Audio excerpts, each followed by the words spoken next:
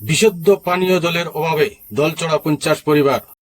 কারণ আমরা কুয়া দেওয়ার ব্যবস্থা নাই, কুয়া মাটির দশিয়া পড়ে যায়। দলছড়ায় বিশুদ্ধ পানীয় জলের অভাবে প্রায় 50টি পরিবারের চরম সমস্যায় পড়েছে। বাধ্য হয়ে নালার জল সংগ্রহ করে তৃষ্ণা মিটাতে হচ্ছে তাদের। স্থানীয় বিধায়ক জনপ্রতিনিধিদের কাছে বারবার সমস্যার কথা জানিয়ে ও আশানুরূপ সাড়া মিলেনি বলে অভিযোগ। তাই সামাজিক মাধ্যমে আবেদন জানিয়ে এবং সাংবাদিকদের সহযোগিতা নিয়ে সরকারের কাছে নিজেদের সমস্যার কথা পৌঁছে দেওয়ার চেষ্টা করেছেন। এলাকাবাসী নালার জল পান করার আগে ফুটিয়ে বা শোধন করে নিতে হলেও অনেক পরিবারের গ্যাস কেনার সামর্থ্য নেই। এখন দ্রুত বিশুদ্ধ পানীয় জলের ব্যবস্থা করার দাবি জানিয়েছেন তারা। কারণ আমরা কুয়া দেওয়ার ব্যবস্থা নাই, কুয়া মাটির দশিয়া পড়ে যায়, কুয়া দিতে পারি না। আমরা বন্ধের মধ্যে বাড়ি, আর ওই জল খাওয়ার লেগে নালার জল খাওয়ার থেকে তিনজন গরমে 3জন মানুষ ডিসেন্টি আছে। প্রত্যেক বছরে তারা রয়, বেশিরভাগ বর্ষার সময় হয়।